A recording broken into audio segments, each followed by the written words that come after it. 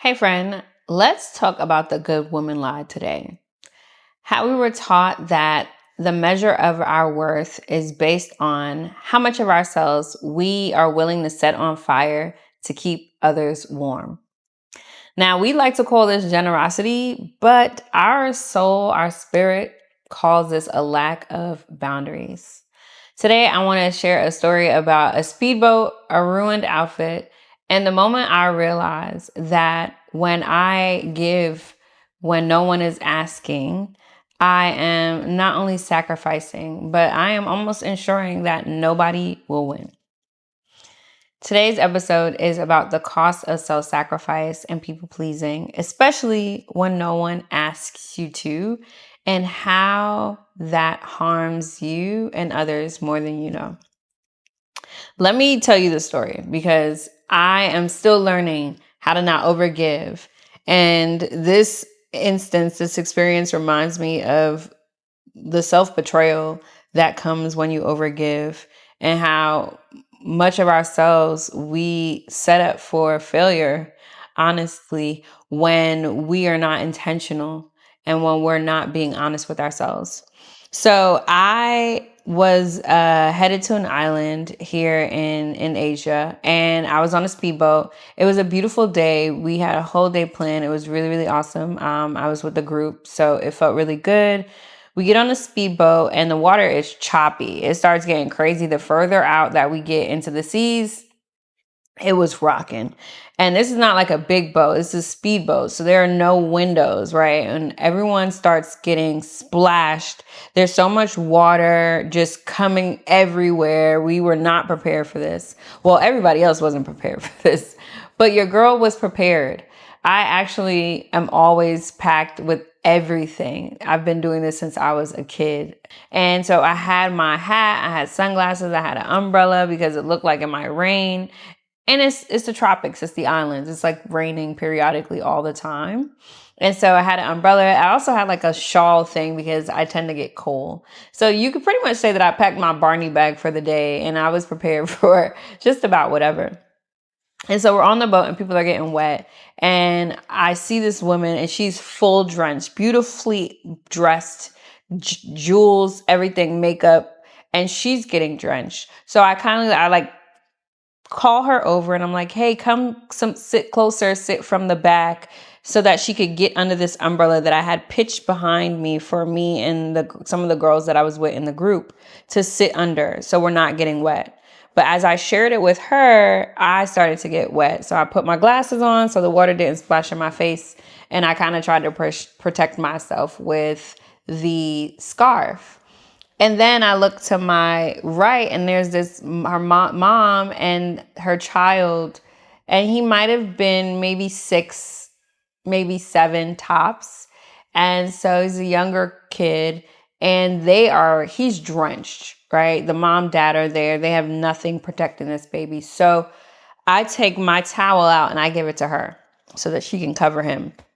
And I'm literally like handing things to people like, here, umbrella for you, hat for you. You can use my scarf. I got my glasses. Like I'm trying to protect myself so that everybody on my side is taken care of.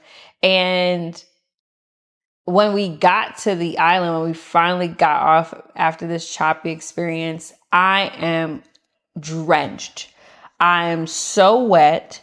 I had dyed my hair and I had on this light tan shirt, and now the shirt has the color running on the shirt, right? So that's happening.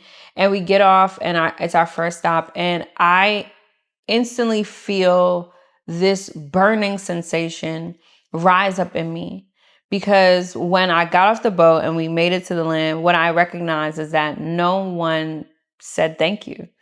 No one had shared much gratitude for the experience outside of the girls that were in my community. They definitely thanked me for showing up for them, but no one else said thank you. And it kind of fired me up, honestly. You know, I was wet. I was mad. I became very irritable, very miserable. It was a really choppy experience. So that on the boat in itself had me a little like tweaked. But it was just being a giver, right? I naturally just wanted everybody to be okay. I felt bad that I had all the supplies that I needed for myself and no one else was prepared. So I felt like I needed to share. And I made myself a martyr in that situation. I made myself a self-sacrifice for the greater good of other people, but to no good of my own. And it really, I was mad at them for feeling like they didn't appreciate me, but I was more so mad at myself for the self-sacrifice. If I was being really, really honest, I did not protect my joy. I did not ensure that I was going to be good at the end of it. I gave because I had, but I ended up depleted at the end of the day. And it was not a good feeling. It took me a second, and when I say a second, maybe like an hour, to really come back down from what I was feeling. I had to call my husband on FaceTime and I let some tears out because I was just really undone in that moment. And because he knows who I am, he was able to kind of walk me through coming back down and grounding into myself so that I wasn't going to spend the whole day feeling how I was feeling. And I was really, really grateful for that because it was intense. It was intense. And so, like I said, I chose to be a martyr and I ended up cold and annoyed. I wasn't really cold because it was hot outside, but cold because I'm wet. Nobody wants to be wet. I was really, really cute that day, and I just didn't want to look how I looked. And I felt really like just annoyed. I'll say that. And so I left that situation. And what I realized was that when we give unsolicited advice, unsolicited support, unsolicited help, we again are self-sacrificing, but we're also like trying to control an experience, right? I was trying to make sure that everyone else was good. Like, how would I do that? Right? Even with all the things, I didn't accomplish the goal because I wasn't good. When we are setting ourselves on fire to keep other people warm, what we're really doing is trying to control the situation, trying to manipulate what the experience is for others because we want them to be happy. We want them to be okay. We want to make sure they're good. But it's really a form of control. It's really a form of control if we're honest about it. And we end up getting the short end of the stick because we're trying to control and manipulate a situation. We have to just be mindful of our actions because our intentions are not always what the experience is. And even if we're intentional and when you are giving just of service, right, with no reciprocity in mind, it still can backfire. It still can be an experience where you turn around and you're like, wait a minute, that wasn't supposed to feel like that. I wanted to feel good about giving and supporting. And now I feel depleted and wet and cold. And that was my specific experience. But maybe there's some experience in your life that you can remember where you gave because you thought you had to, or because it was a nice thing to do. And then when you look back at it, maybe it just didn't feel how you thought it was going to feel. That is a clear indicator that you are utilizing a form of control in the situation. You are giving in an unsolicited way, and it doesn't end up well. Almost never ends up well. We want to be intentional and mindful about where we are showing up and how we're showing up when we're called. Now, we like to say that, we support and we're here and we want to help, but there is a cost of saying yes to things. And I don't think we recognize enough where we give of ourselves in ways that take away from the essence of who we are. In this situation with the speedboat story, I said yes to giving when no one asked, right? I said yes to giving, and not only did I have ruined hair and a ruined outfit, but I had a ruined spirit in that moment. My spirit was completely beside itself. I was supporting, right? I was being generous is the word that I want to use.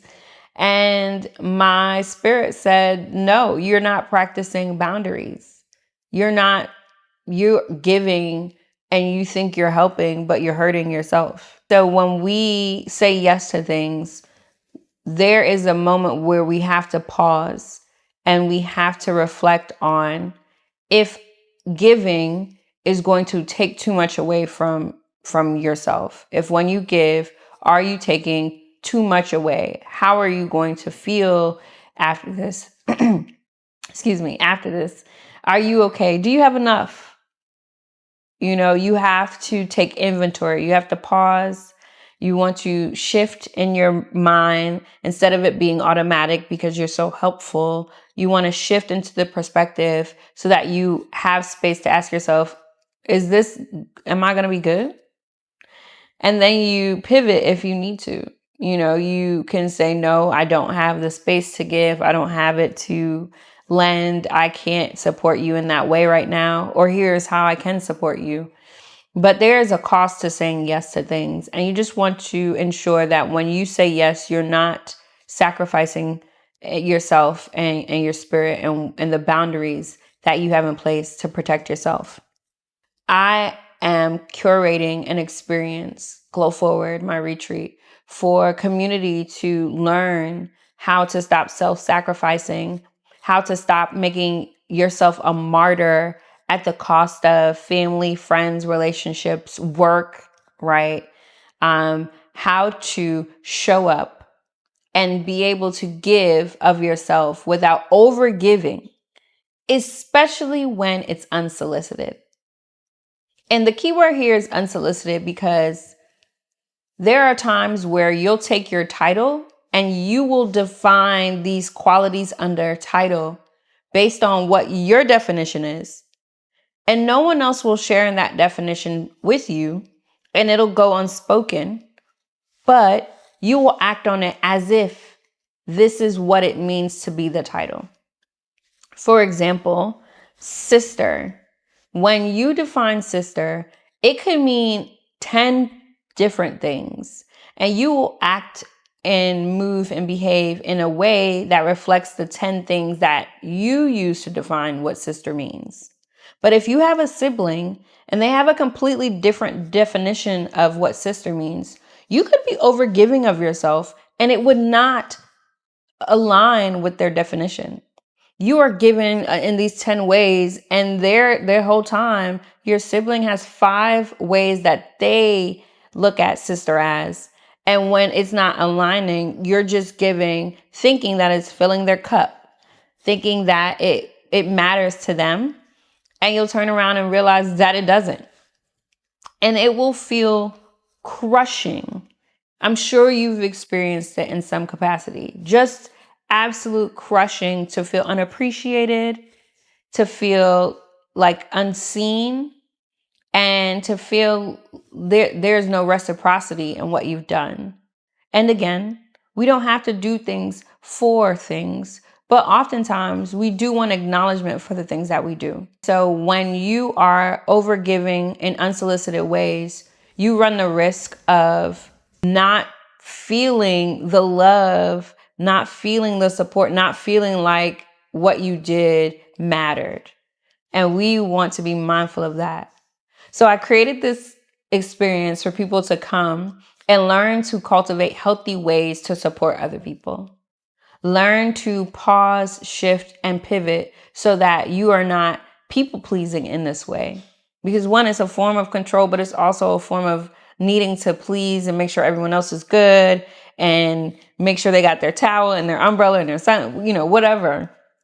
It's a form of people pleasing that is unhealthy, and it is detrimental to yourself and your spirit. If you are needing more exercise, more practice, more support to learn how to stop overgiving, stop making yourself the martyr, stop doing it because you're this title, that title, and this other title.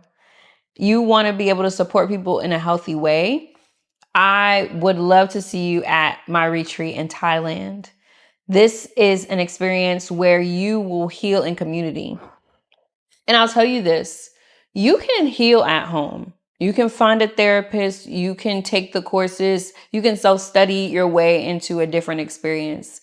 But the difference is that when you heal in community, what you get is space, you get a mirror, and you get confirmation. You get space to see how you interact with different people. You get a mirror because we are all just a reflection of one another, right? And then you get this element of like intentionally healing yourself in community, right? In confirmation. You get people that are here and they're seeing you evolve in real time. And so you don't have to wait 6 months to get feedback. We're together every day for 7 days and we're seeing each other and we're hearing each other. And we have this objective view so that you can reflect back what you see, affirm what it is that you see on someone else, and then confirm that you are on your way to where you want to go. So take the opportunity to check out the link in the description of this episode to see if Glow Forward feels aligned for you. See if it feels like a space where you want to come to and practice not over giving so that you don't continue the pattern of betrayal. Before I go, I want to ask you to reflect on this. Where in life are you currently holding an umbrella for someone who didn't ask? While you get soaked in the rain. You heard my story, drenched and annoyed and overwhelmed. I felt it in my chest, my head. I felt fire in my hands. I felt like I could have made a Dragon Ball Z, Kamehameha. Like I felt this overwhelm. And when you betray yourself, you'll feel it instantly. It just comes up in you.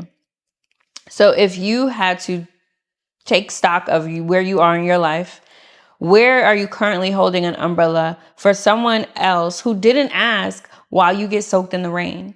Where are you currently overgiving of yourself in ways that no one asked of you to do that? Just reflect. No judgment, no criticism. In this moment, we are just pausing and reflecting. Nothing else to do but acknowledge where you currently are without judgment. Next time you feel the urge to jump in to save someone in a situation or save a situation, try to control the situation. I want you to do this thing, right? Especially if it's a situation that you didn't create. You weren't called in. This is not your story, right? You are a supporting character, maybe. You may be an audience member, right? But this is not your story. I want you to do this. Wait 30 seconds and then ask your soul, if I give this, do I have enough for me? If I give this, do I have enough for me? And if the answer is no, keep your towel, okay? Do not share your umbrella. All right, keep your glasses on, keep your bag packed.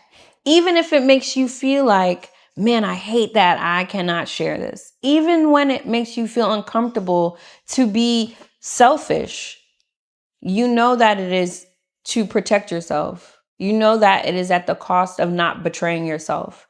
And that in itself is making it you're worthy of holding on to what you've got. Do not self-sacrifice and become a martyr because you wanted to overgive when no one needed you to do that. So you check in with yourself, ask yourself, if I give this, do I have enough for me? And if no, keep your towel, right? It's not mean, it's mandatory. You have to protect yourself. Because when you are in a nice state, when you are in a high vibrational state, everyone else benefits from it. Everyone else's life is made better when you are in alignment. So don't drag yourself out of alignment by being an overgiver. Sit in it, even when it doesn't feel comfortable, and just learn what it feels like to not betray yourself. Learn what it feels like to not set yourself on fire to keep other people warm. If you need some more support, I have a video that I did on seeing the bigger picture. I made this video on this 100-day journey of posting daily YouTube videos. And it really speaks to sometimes we can't see the domino effect of life. We can't see how one thing that we're doing causes this ripple effect. But when you zoom out and you become the observer, you can see the picture a lot more clearly. And in these situations where you are not the martyr, where you are saving yourself first, it is looking at the bigger picture, even when it's uncomfortable to do. So I want to encourage you to try that exercise whenever you feel the urge to jump in when no one has called you to save them. Whenever you feel like you need to do something to help, just sit with yourself, pause, reflect, shift, and then pivot. And teach yourself what it feels like to put yourself first. I will see you tomorrow for day 14, which is insane. I'm really, really excited to have you on this journey with me. Drop your answers to the reflection question in the comments of today's video. I would love to engage and see where you are. I'm sending you so much love. Peace.